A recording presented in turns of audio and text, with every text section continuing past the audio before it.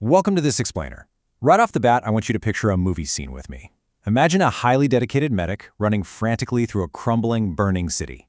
Buildings are coming down, alarms are blaring, and literally everywhere they look, someone needs help. Our medic is just desperate to save everyone, throwing themselves into the fire again and again, absorbing all the panic of the city until, eventually, they just collapse. It's an incredibly powerful image, right? And it perfectly captures the hidden psychological crisis of our modern world. Okay, let's dive into this, because this is the dark paradox of empathy that we're going to unpack today. Think about it. We are taught our whole lives that feeling the pain of others is the ultimate moral good. But what happens when the world's pain never actually stops? What if that deep, compassionate connection you feel is actually the very mechanism causing you to completely short-circuit?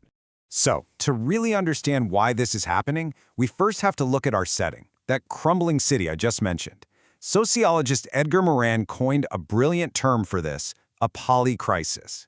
We aren't dealing with isolated emergencies anymore. We are facing an interconnected web of economic, environmental, and social shocks, and they're all crashing down on us at once. The alarms are constantly ringing, and this is the exact environment our inner medic is trying to operate in. Act 1. The Savior's Collapse. When a well-meaning professional, a caregiver, a leader, or frankly just an informed citizen tries to navigate all this chaos using their standard emotional toolkit, well, they just get crushed.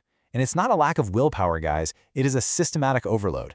The actual mechanism behind this collapse is called empathy distress. And this isn't just about feeling a little sad. Think about when you're doom scrolling the news or you're absorbing a stressed coworker's vent session. When you witness another person's pain, your brain's neuron system literally lights up as if you were experiencing that pain yourself. You aren't just watching the fire anymore, your brain thinks you are physically in it.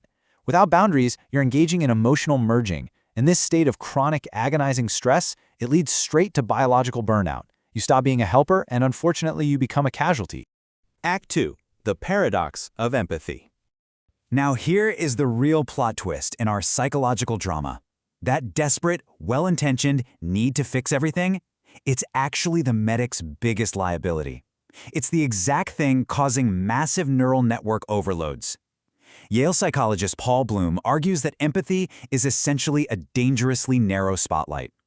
We tend to mistake it for a comprehensive moral guide, but feeling exactly what someone else feels can actually blind our morality and completely ruin our decision-making.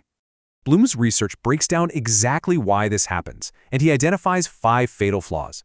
First off, empathy is innumerate, meaning it focuses all your resources on one identifiable victim right in front of you while remaining totally blind to the faceless thousands who might actually need help more. Second, it's myopic, totally blinding us to the long-term needs of future generations. Third, it's highly prejudiced. Our brains are practically hardwired to only care about people who look or think like us. Fourth, it's deeply emotional, which makes it terrifyingly easy for bad actors to weaponize our feelings and incite irrational or even violent reactions. And finally, it's just ineffective. It prioritizes short-term emotional relief, basically just making the empathizer feel better, over actual sustainable material impact. In a global polycrisis, this fragile tool simply cannot scale. So what does this all mean? It means we absolutely have to abandon the savior mindset. The savior is driven by emotional fusion and empathic over-arousal. It's this exhausting, chaotic energy that just leaves you completely drained. What we need to adopt instead is the clinician mindset. Think of this as a calm, grounded, glowing blue force field. The clinician relies on cognitive distancing and rational compassion. They care deeply for sure, but they act as a map and a mirror, never the motor of someone else's destiny. Act 3. Forging the clinician's shield. Think of this next section as a sort of high-intensity mental training montage.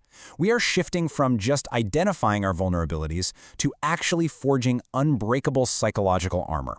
The foundation of this armor comes straight from Stoic philosophy, perfectly summarized by the ancient thinker Epictetus.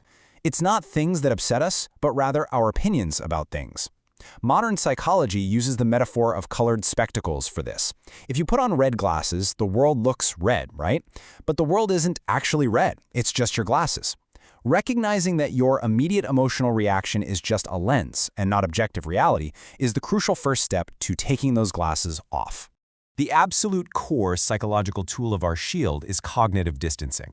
Basically, it's the metacognitive ability to step back and observe your own thoughts and feelings, as if you were a third party. You are actively separating your value judgments from the external events unfolding around you.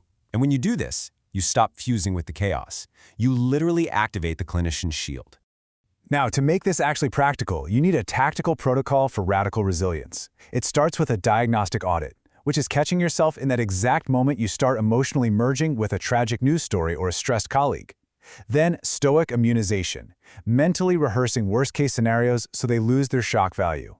Third is the metacognitive reset, actively reframing your internal narrative mid-crisis. Number 4, the adversarial pivot, shifting from asking, "Why is this happening to me?" to asking, "What can I build with this?" And finally, the clinician's guard, maintaining your emotional firewall and serving as a steady guide rather than a frantic savior. Underpinning that entire protocol are some very specific mental battle drills. First up is affect labeling, stepping back to simply name an emotion. So you switch from saying, "I am completely overwhelmed," to "My brain is currently processing a high-load environment." It's a simple shift, but it strips the panic of its power. The second drill, premeditatio malorum. Sounds like a Harry Potter spell, I know, but it's actually the stoic practice of premeditating adversity. By deliberately visualizing the loss of your comfort or support structures, you build deep psychological immunity long before the crisis even hits. Act 4. Weaponizing adversarial growth. This is the point where our hero doesn't just survive the burning city. They walk calmly and purposefully right through the fiery chaos, using the heat to forge something stronger. There is a stark difference in how our shielded clinician operates compared to a fragile empath.